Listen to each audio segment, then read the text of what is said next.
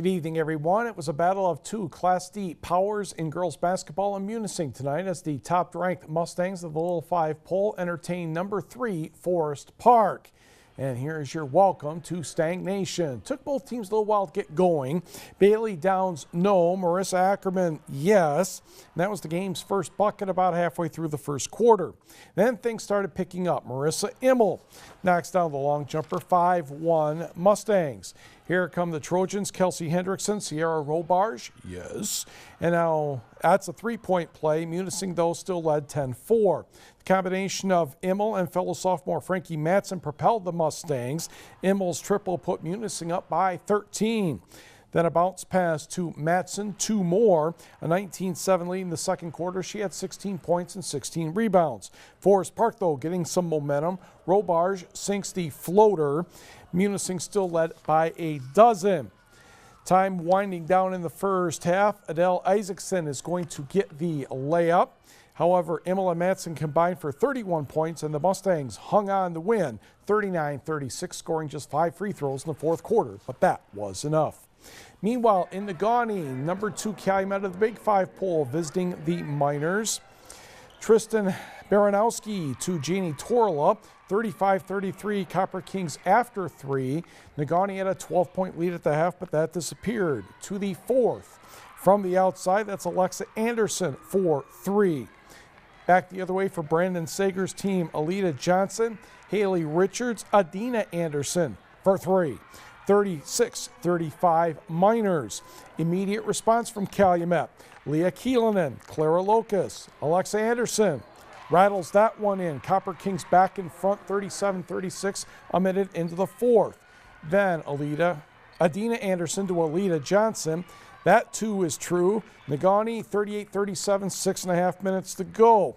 But Calumet grabs the lead. Alexa Anderson hits another triple, 42-38, and Calumet goes on to win 48-40. Boys high school basketball, Dale Hongestone and the Gladstone Braves visiting number 2 team, the Big Five poll, Marquette. Hunter Botroff back to Ben Schwalbach, and this is good from the outside. Braves trail 14-8. For the Redmen, Dakota Ryapel, Connor Brazo over to Luke Papp for the hoop and 1. Completes the three-point play, 17-8 Marquette. For the Braves, Justin Urich to Joe Gibbs.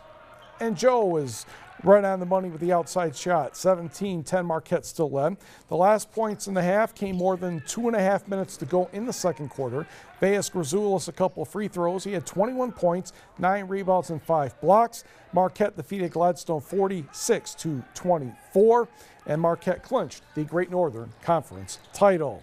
Michigan Tech hockey team hits the road for the first time in more than a month. The Huskies travel to Alaska Anchorage to meet the Seawolves.